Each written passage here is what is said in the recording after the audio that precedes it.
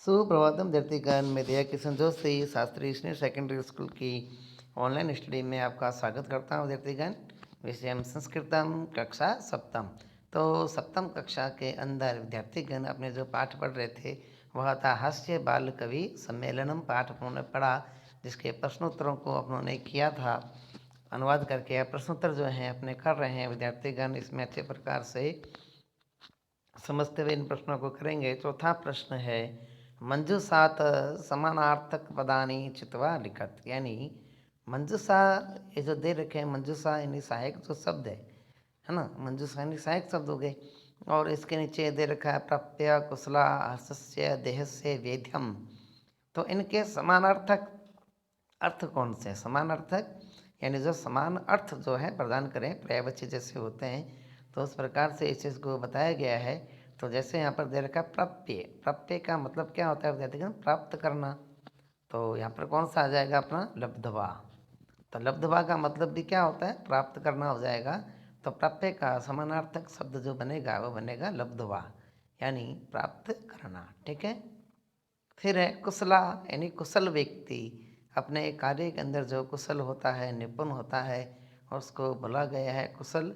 तो कुशला का यहाँ पर आ जाएगा अपना दक्षा, यानी दक्ष व्यक्ति। तो कुशल व्यक्ति हो गया और साथ में हो गया दक्ष व्यक्ति, महान व्यक्ति। जो दक्ष है, अपने कार्य को अच्छे प्रकार करने में जो आतुर है, तो उसको बोला गया है दक्ष व्यक्ति, यानी जो दक्ष है। तो कुशला और दक्ष का भाव यहाँ पर आ जाएगा। ठीक है ना। तो कुशला के आगे क्या आ जाएगा? दक्ष। और दक्ष यानी श्रेष्ठ व्यक्ति हो जाएगा। फिर यहाँ पर दे रखा है हर्षस्य, तो हर्ष यानी प्रसन्नता का भाव हो गया। तो हर्ष का भी पर्यायवाची क्या दे रखा है? आगे प्रसन्नताया दिया गया विद्यार्थीगण। तो हर्षस्य का अपना बन जाएगा प्रसन्नताया। और प्रसन्नताया यानी प्रसन्न होना, है ना। तो हर्षस्य यानी प्रसन्नता का भाव, यानी हर्ष होना और प्रसन्नता होना, इस चीज़ को बताया गया है। तो हर्ष यानी प्रसन्नता का भाव इसमें आ जाएगा। ठीक है। फिर आगे दे रखा है देह से। तो देह से यानी शरीर से, देह यानी शरीर का, और शरीर से यानी शरीर का। तो देह से, देह मतलब शरीर हो गया, और शरीर से भी मतलब शरीर हो गया। तो देह से यानी शरीर से, यानी शरीर का। फिर वेदम, तो वेदम यानी वेद हो गया। तो आगे भी आ जाएगा अपना चिकित्सक आ जाएगा, चिकित्सक यानी डॉक्टर हो गया। तो वेदम और चिकित्सकम यानी डॉक्टर का जो भाव है वह यहाँ पर आ गया। तो इस प्रकार से विद्यार्थीगण अपने समानार्थक पदों को करते हुए इन मंजूषा को भर सकते हैं और इनको अच्छे प्रकार से कर सकते हैं। अगला है अधोलिखितानाम पदानाम उत्तराणी एक पदेन लिखत अधोलिखितानाम, यानी नीचे लिखे गए जो प्रश्न के उत्तर हैं उनके एक पद में लिखो। एक पद में करने का भाव आएगा। ठीक है ना। तो पहला यहाँ पर प्रश्न है भाई, मंचे कति बालकस्य उपविष्टा सन्ति। मंच पर कितने बालक बैठे हुए हैं? तो भाई मंच पर यहाँ पर देखो कितने बालक बैठे हुए हैं मंच। तो मंच पर मेरे हिसाब से तो चार, देख लेते हैं दोबारा, चलते रहो। ये चौथा पार्ट निकल गया है, चार ही होंगे, एक दो तीन चार। तो मंच से ऊपरी चतवार, कितना आ जाएगा बच्चों यहाँ पर? चतवार, है ना। ऐसे में आपको हर चीज़ दिखाते हुए भी दिखा भी दिया भाई कहाँ पर क्या चीज़ है, कहाँ पर क्या चीज़ है ना, ताकि आपको इस चीज़ का पता रहे। तो ये प्रश्न आ गया, मंचे कति बालकया उपविष्टा सन्ति।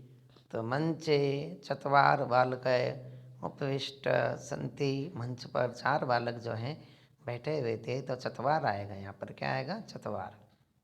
के कोलाहलम कुर्वन्ति, श्रोतागण ही करेंगे कोलाहलम तो, है ना। श्रोतागण च बालकः भी कोलाहलम कुर्वन्ति, यानी श्रोतागण भी हैं और बालक भी हैं, तो वो हल्ला कर रहे थे भैया, कोलाहलम कुर्वन्ति। ठीक है। फिर आ रहा है गजाधर कम उद्देश्य काव्यम प्रस्तुति। प्रश्न की हिंदी है, गजाधर ने किसको उद्देश्य करके काव्य की प्रस्तुति दी, यानी अपने काव्य की प्रस्तुति जो है किसको उद्देश्य करके दी थी भाई? तो गजाधर ने वेद को उद्देश्य करके काव्य की प्रस्तुति दी। गजाधर ने वेदम है ना, वेद को उद्देश्य करके काव्य की अपनी प्रस्तुति दी थी।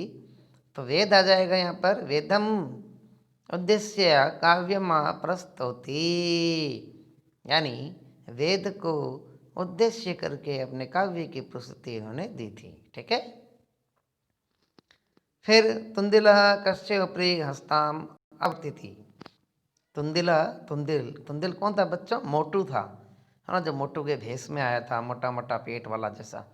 तो तुंदिलः कस्य उपरि हस्तम आवर्तिति, तुंदिल किसके ऊपर हाथ को आवर्तिति यानी फेरता है। तो तुंदिलः तोंदस्य उपरि हस्तम आवर्तिति, यानी जो तोंद है ना, तोंदस्य उपरि तोंद के ऊपर हस्तम आवर्तिति अपने हाथ को फेरता है। तो तुंदिलः तोंदस्य उपरि हस्तम आवर्तिति, तोंद के ऊपर अपने हाथ को फेरता है। ठीक है, हो गया।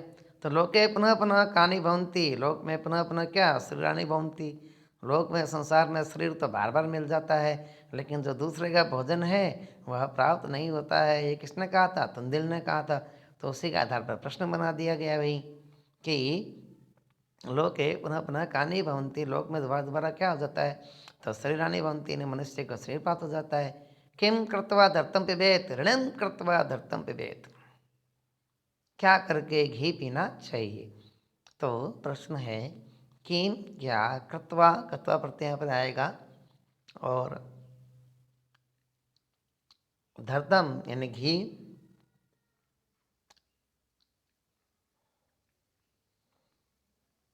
और पिबेत यानी पीना चाहिए। तो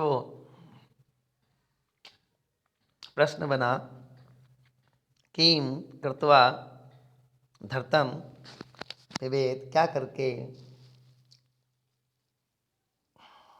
जो घी है उसको पीना चाहिए। तो इसका अपना आंसर आएगा कि ऋणम कृत्वा धर्तम पिबेत। ऋणम